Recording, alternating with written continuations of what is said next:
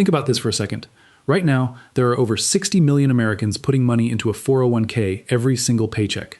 It's become so deeply embedded in how we think about work and retirement that most people assume it's always been there, like some ancient pillar of American life. But here's the thing, the 401k didn't exist until 1978, and it wasn't even used until 1980. That means your grandparents, and in many cases your parents, lived in a completely different world when it came to growing old and stopping work. A world where the concept of retirement itself was barely a concept at all. So if there was no 401k, no target date funds, no employer match, no Roth conversion ladders, how on earth did people retire? The answer is darker, more complicated, and more revealing about the nature of American capitalism than most people realize. Because for the vast majority of American history, retirement wasn't a right. It wasn't even an expectation. It was a luxury almost nobody could afford. And the road from that brutal reality to the system we have today is paved with broken promises, corporate betrayals, political accidents, and one man's creative reading of a page and a half of tax code that changed everything. Let me take you back, way back, before any of this existed. For most of human history, there was no such thing as retirement. People worked until they physically couldn't anymore, and then they either relied on their children, their community, or they simply died. In 1900, the average global life expectancy was just 31 years. In the United States, it was only slightly better, hovering around 47. Most people didn't live long enough to need a retirement plan. The question of what happens when you get too old to work was, for most of civilization, answered by a grim and simple truth. You kept working or you perished. There was no dignified middle ground. But the Industrial Revolution changed everything. As America transformed from an agrarian society into an industrial powerhouse in the late 1800s, the entire fabric of how families lived and worked was torn apart. Before industrialization, most Americans lived on farms.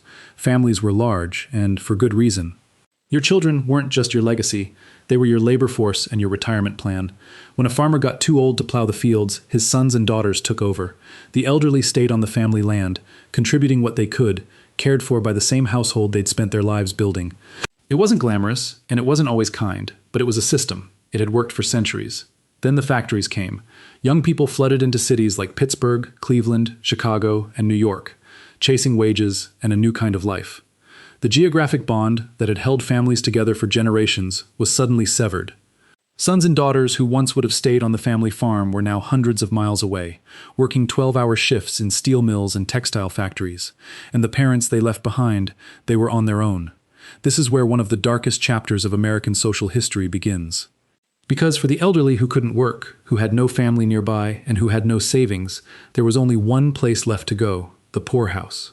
Poorhouses, also known as almshouses, were public institutions that existed from the colonial era all the way into the early 20th century. They were operated by local governments, and they were designed as a catch-all solution for anyone who couldn't support themselves. The elderly, the sick, people with disabilities, orphans, widows, and the mentally ill were all thrown together under one roof. These were not places of comfort or dignity. They were places of last resort, and everyone in America knew it. By the 1880s, the poorhouse had become so deeply feared in American culture that a ballad called "Over the Hill to the Poorhouse" by Will Carleton became one of the most popular songs in the country. It told the story of an elderly woman abandoned by her children, making her final journey to the local almshouse. And it struck a nerve because it reflected a reality that millions of Americans either lived or dreaded. The poorhouse wasn't just an institution, it was a symbol of what happened when you outlived your usefulness in a society that measured human value by productivity. Now, in the biggest cities, the poorhouses were enormous. Bellevue Almshouse in New York City, which later became Bellevue Hospital, and Cook County Almshouse in Chicago, which became Cook County Hospital, were sprawling complexes that housed thousands of people in miserable conditions. The residents, often called inmates, lived in overcrowded dormitories with minimal food, minimal medical care, and almost no privacy. For the elderly who ended up there, it was usually where they would spend the rest of their days. And here's the most telling part. As reformers throughout the 1800s managed to remove other groups from the poorhouses, children to orphanages, the mentally ill to asylums, those convicted of crimes to prisons, the one group that remained, the permanent residents who had nowhere else to go, were overwhelmingly the elderly. The poorhouse became, and as late as 1932, only 15% of American workers had access to any kind of company pension. That means 85% of the workforce was on their own. And even for those who did have a pension, there was a terrifying catch. These early plans had virtually no legal protections. There was no law requiring companies to actually set aside money to pay future benefits. There was no regulation requiring companies to honor their promises. A company could offer a pension, take credit for the goodwill it generated, and then revoke it at any moment for any reason. Workers could spend 30 years building their careers at a company, counting on a pension that had been promised to them, only to find out on the day they retired that the money simply wasn't there. This wasn't theoretical. It happened constantly. But we're getting ahead of ourselves. Because before the pension problem fully revealed itself, America was hit by something far worse, the Great Depression. When the stock market crashed in October of 1929, it didn't just destroy wealth, it destroyed the very idea that individuals could take care of themselves in old age. Savings accounts were wiped out overnight as banks collapsed by the thousands. More than 9,000 banks failed between 1930 and 1933, and with them went the life savings of millions of ordinary Americans. People who had been responsible, who had saved diligently their entire lives, suddenly had nothing, and the elderly were hit hardest of all. Older workers were the first to be laid off during the Depression and the last to be rehired. Together, these three sources of income were supposed to provide a comfortable and secure retirement. For a while, this three-legged stool actually worked, at least for some people. The post-war economic boom of the 1940s and 50s was a golden era for American workers. Unions were powerful, wages were rising, and large employers were competing fiercely for labor. Offering a generous pension became a standard tool for attracting and retaining workers, especially in the manufacturing sector. By 1970, about 45% of all private sector employees were covered by some kind of pension plan. If you worked for General Motors, Ford, U.S. Steel, or any of the other corporate giants of mid-century America, you could reasonably expect that after 30 years of loyal service, you would retire with a monthly check that, combined with Social Security, would allow you to live comfortably for the rest of your life. This was the era that shaped the image of retirement that still lives in our collective imagination: the gold watch ceremony, the lakeside cottage, the afternoon spent gardening or fishing. It was real for a generation of American workers, and it felt permanent. But it was built on a foundation that was far more fragile than anyone realized. The first major crack appeared in 1963 in a city called South Bend, Indiana, and it involved a company called Studebaker. Studebaker was one of America's oldest and most storied manufacturers. The company had been founded in the 1850s. Originally as a wagon-making business, the Studebaker brothers, there were 5 of them, started as blacksmiths, moved into building wheelbarrows during the gold rush, supplied wagons to the Union Army during the Civil War, and eventually transitioned into making automobiles. For decades, Studebaker cars were well regarded for their quality and design, but behind the scenes, the company's finances were a mess. By the early 1960s, Studebaker was struggling to compete with the big 3 automakers, General Motors, Ford, and Chrysler. Sales were declining, costs were rising, and the company was bleeding money. And there was another problem that nobody on the factory floor fully understood. Studebaker's pension fund was severely underfunded. The company had been promising generous retirement benefits to its workers for years, but it hadn't been setting aside nearly enough money to actually pay for those promises. In December of 1963, Studebaker closed its production plant in South Bend. Shortly afterward, the company terminated its retirement plan for hourly workers, and the plan defaulted on its obligations. The consequences were devastating. At the time, the pension plan covered roughly 10,500 workers. About 3,600 of them had already retired, and in a stroke of relative luck, received their full benefits because annuities had already been purchased for them. But approximately 4,000 workers between the ages of 40 and 59, people who had given decades of their lives to the company, received only about 15 cents for every dollar of benefits they had been promised. Their average age was 52. Their average years of service were 23. They had spent the best years of their working lives building Studebakers, and they got almost nothing in return. Another 2,900 employees with less than 10 years of service received absolutely nothing at all. The Studebaker disaster was a gut punch to the American worker. It exposed a terrifying reality that had been hiding in plain sight. A company's pension promise was only as good as its willingness and ability to fund it. There were no federal laws requiring companies to adequately fund their pensions. There was no insurance program to protect workers if a pension plan failed. There was no safety net whatsoever. And Studebaker wasn't an isolated case. This was happening across the country in industries ranging from textiles to steel to meat packing. Workers were losing their promised pensions every time a company went bankrupt or simply decided it didn't want to honor its commitments anymore. The Studebaker story was just the one that finally captured the public's attention. Now, the Studebaker collapse didn't lead to immediate reform. In fact, it took more than a decade of political wrangling, jurisdictional disputes between congressional committees, and intense lobbying from both unions and business groups before anything was done. Senator Jacob Javits of New York introduced legislation to protect pension benefits shortly after the Studebaker disaster, but progress was painfully slow. The infamous Teamsters boss Jimmy Hoffa's conviction on pension fraud charges added even more urgency to the cause, but the wheels of Congress turned at their usual glacial pace. Finally, on September 2, 1974, a date that fell on Labor Day, in a deliberate nod to the workers who would benefit, President Gerald Ford signed the Employee Retirement Income Security Act into law. ERISA, as it came to be known, was a landmark piece of legislation. It created the Pension Benefit Guaranty Corporation, or PBGC, a government agency that functions like an insurance company for traditional pension plans. If a company with a pension plan goes bankrupt and can't pay what it promised, the PBGC steps in to pay retirees a guaranteed portion of their benefits. ERISA also established minimum standards for how pension plans must be funded, how benefits must be vested, and how workers must be informed about their rights. For the first time, there were real legal protections for workers' retirement benefits. A Studebaker-style collapse was, at least in theory, never supposed to happen again. But ERISA also had an unintended consequence that would reshape the entire retirement landscape in ways nobody anticipated. By imposing new regulations, funding requirements, and administrative costs on traditional pension plans, ERISA made pensions significantly more expensive and complicated for employers to maintain. Many smaller companies that had been offering modest pension plans simply couldn't afford to comply with the new rules, and larger companies began looking for alternatives that would shift the financial risk away from themselves and onto their employees. The ground was being prepared for a seismic shift, and the catalyst arrived in 1978, buried inside an obscure piece of tax legislation that almost nobody noticed. The Revenue Act of 1978 was a sprawling overhaul of the federal tax code. Among its hundreds of provisions was a short, seemingly technical section tucked under Section 401 of the Internal Revenue Code, subsection K. This provision was originally intended to address a narrow issue: how to handle the tax treatment of certain cash or deferred compensation arrangements that companies used for their executives. It was written to limit the ability of corporations to create tax-advantaged profit-sharing plans that mostly benefited highly paid employees. The entire provision was only about a page and a half long. Nobody in Congress thought it was a big deal. It wasn't debated on the floor. It wasn't covered in the newspapers. It simply became law and sat there waiting. For 2 years, nothing happened.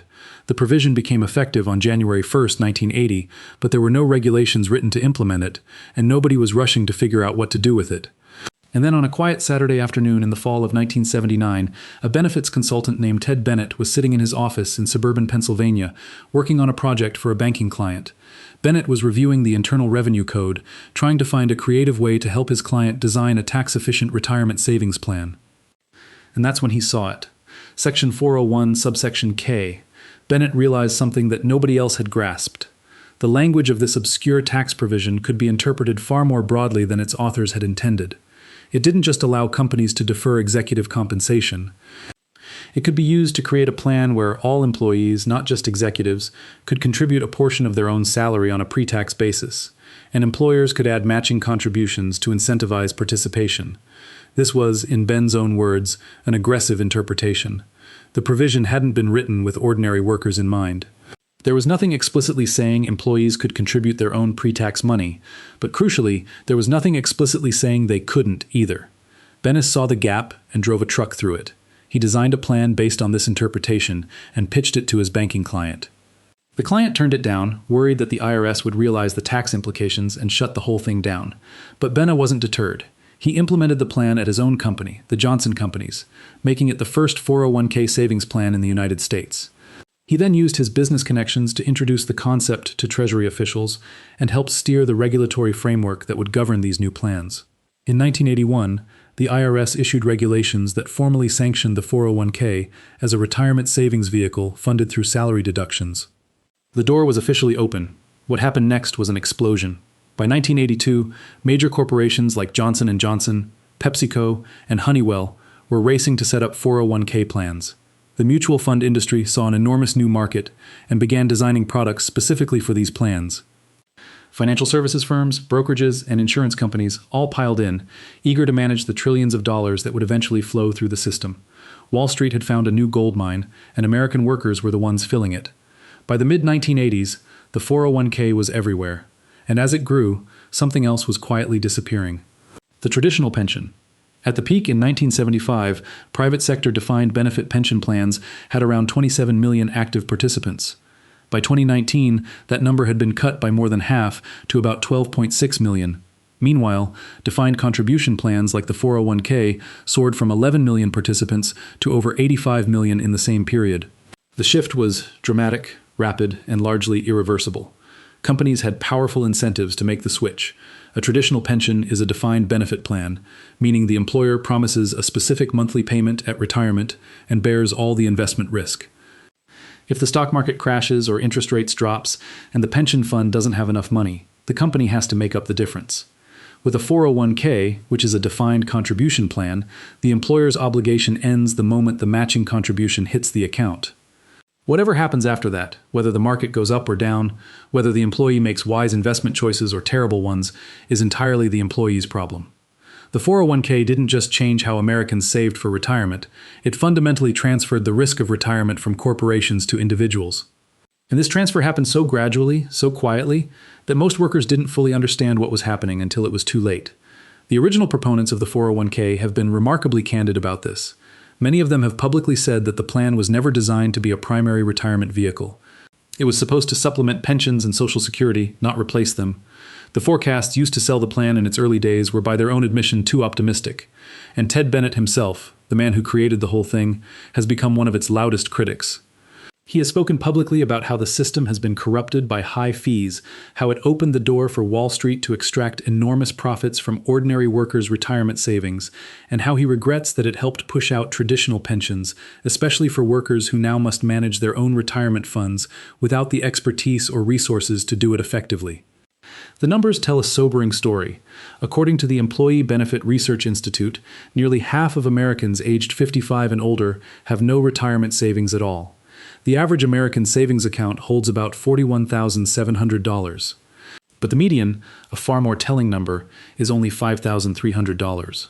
When the median is that far below the average, it means a small number of people at the top are pulling the average up, while the vast majority have almost nothing. And so we arrive at a strange and uncomfortable irony.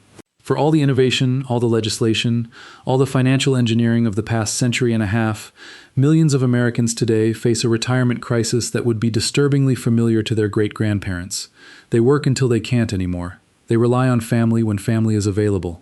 They depend on a government program, Social Security, that was never designed to be their sole source of income, and they hope against growing evidence that it will be enough.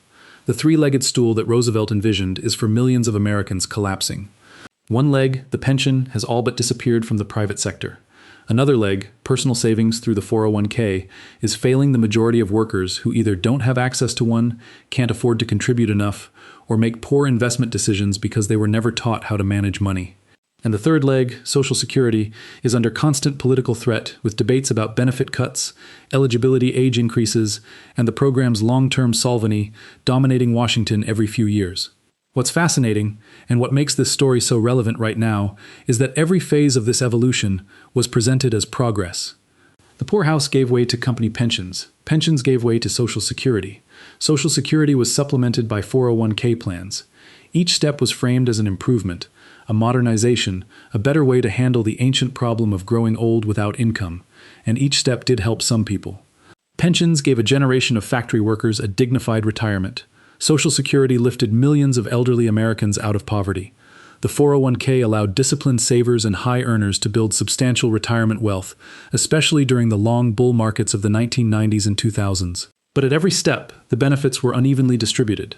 Pensions were available to some workers but not others, and they could be revoked without warning. Social Security excluded entire categories of workers for decades. The 401k rewards those who can afford to save and punishes those who can't. And it generates enormous fees for the financial industry, regardless of whether workers' investments actually grow. The story of retirement in America is at its core a story about who bears the risk of growing old. For most of American history, that risk fell entirely on individuals and their families. Then, for a brief and remarkable period in the mid-10th century, employers and the government shared that risk through pensions and Social Security.